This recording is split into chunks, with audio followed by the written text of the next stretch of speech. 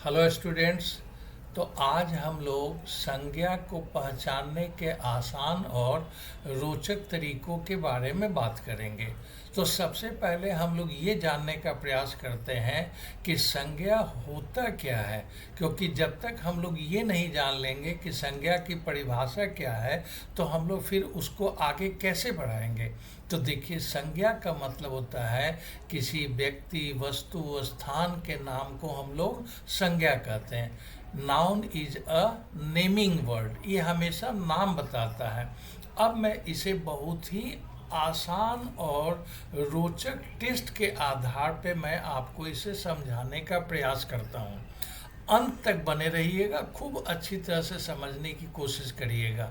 तो जो सबसे पहले प्रकार का जो टेस्ट है, इसको हम लोग नेम टेस्ट के आधार पे जानते हैं या नाम बताने वाले टेस्ट के रूप में जानते हैं।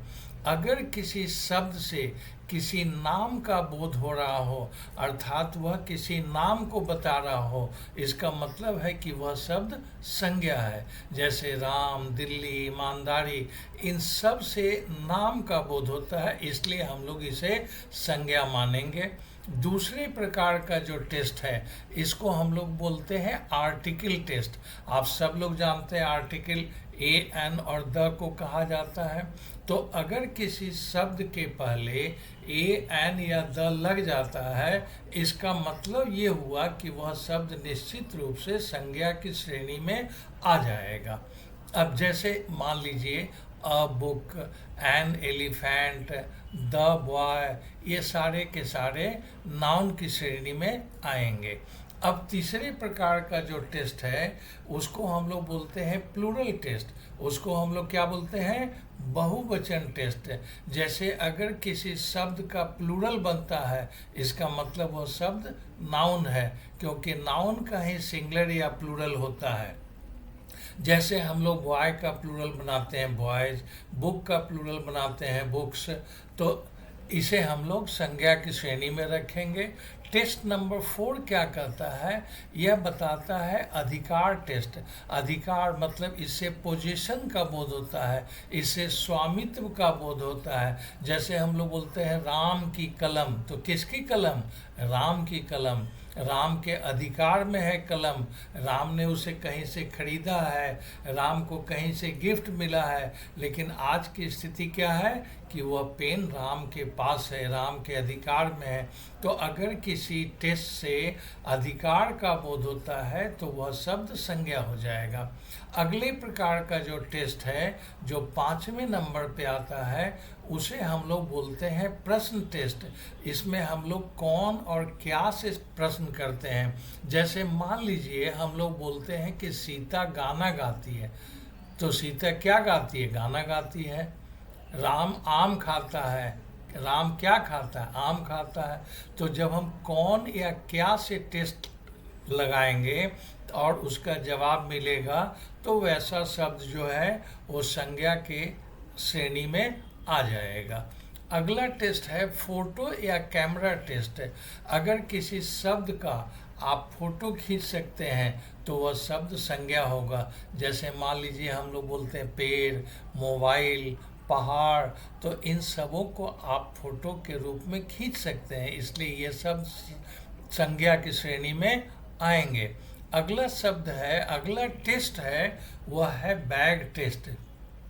अगर किसी शब्द को आप अपने थैले में रख सकते हैं, थैले में रखने का मतलब या तो आप उसे सच में रख लें या उसे अपने दिमाग में रख लें, तो वह उसे हम लोग संज्ञा की श्रेणी में रखेंगे। जैसे हम लोग बोलते खिलौना, कलम, सलाह, ईमानदारी, ये सारे के सारे को आप अपने ज्ञान के थैले में, अपने वास्तविकता के थैले में रख सकते हैं। अगले प्रकार का जो टेस्ट है, जो टेस्ट नंबर 8 है, यह जो है यह और वह टेस्ट, मतलब किसी शब्द के पहले अगर हम दिस दैट का प्रयोग कर लेंगे तो वह शब्द जो है संज्ञा की श्रेणी में आएगा। जैसे हम लोग बोलते हैं यह कलम, वह खुशी, तो ये सारे खुशी, कलम, ये सब जो है संज्ञा की श्रेणी में आ जाएंगे। अगले नंबर का जो टेस्ट है उसे हम लोग बोलते हैं शब्दकोश टेस्ट। अगर आप पूछ सकते हैं कि इसे क्या कहते हैं, तो अगर जवाब मिलता है कि नदी, इसे क्या कहते हैं तो जवाब मिलता है सच्चाई, तो यह शब्द संज्ञा की श्रेणी में आएगा। तो एकदम ध्यान से समझिएगा। देखिए, मैं बहुत ही आसान और रोचक तरीके से आपको संज्ञा के बारे में समझाने का प्रयास कर रहा हूँ। चलिए, अगले प्रकार का टेस्ट है कर्ता कर्म टेस्ट, अर्थात इसको हम लोग सब्जेक्ट ऑब्जेक्ट टेस्ट के रूप में रखते हैं। अगर वाक्य में कोई शब्द कर्ता के रूप में काम कर सकता है या कर्म के रूप में काम कर सकता है, तो उसे हम लोग संज्ञा कहेंगे। जैसे हम लोग बोलते हैं ज्ञान शक्ति है, तो क्या शक्ति है? ज्ञान। यहाँ पर ज्ञान किस रूप में काम कर रहा है? यहाँ पे ज्ञान जो है कर्ता के रूप में काम कर रहा है, तो ज्ञान यहाँ संज्ञा हो गया। अगर हम बोलते हैं मैं ज्ञान चाहता हूँ, क्या चाहते हैं? ज्ञान।